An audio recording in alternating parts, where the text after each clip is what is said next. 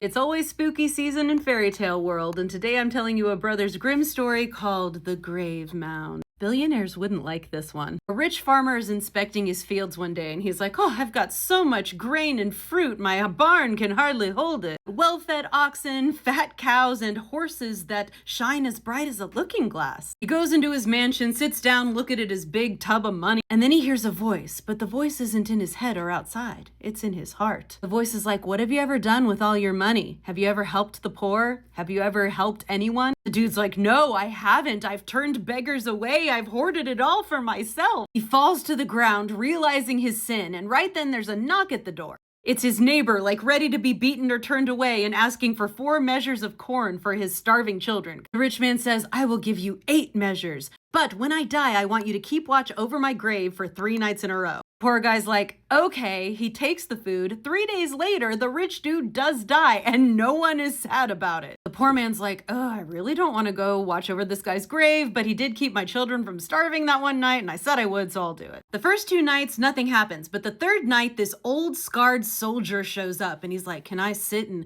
watch this grave with you?" And the guy's like, "Yeah." At midnight, there's suddenly a shrill whistling in the air, and the devil shows up. He's like, "Hey guys, get off that grave. That rich man belongs to me. I'm here to take him." Both men totally defy him. Our main guy is like, "I'm gonna do what's right." And the soldier's like, "You're not my captain. You can't tell me what to do." So the devil's like, "Okay, but what if I gave you lots of money?" The soldier's like, "Okay, if you bring enough money to fill my boot, then we'll let you have this guy's soul." So the devil goes to get the money, and the dude takes his boot, drills a hole at the bottom, and puts his boot over a hole in the ground. And when the devil comes back and he's pouring gold into the boot, it just keeps going into the hole in the ground underneath. And he's like, "Dang, I gotta go get more gold. It's hard to fill this." They keep making him go back and come back, and then finally he's like, "Hey, I think something's up." And just as he's about to snatch the boot and figure out what they did, the sun comes up. And apparently the devil is like a vampire because he can't be out there when the sun's up and the cock's crowing. He fled away with loud shrieks, and apparently the soul of the rich man was saved because